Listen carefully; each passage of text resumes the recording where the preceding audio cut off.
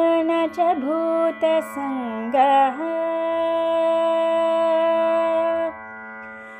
प्रातर्भजामि मनसो वचसामगम्यम्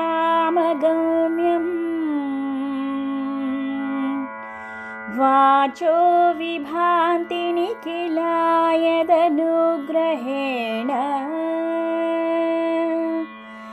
यन्नेति नेति वचनैर्निगमावोचु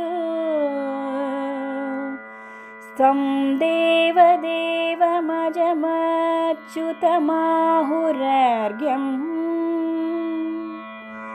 प्रातर्नमामि तमसः परमर्कवर्णं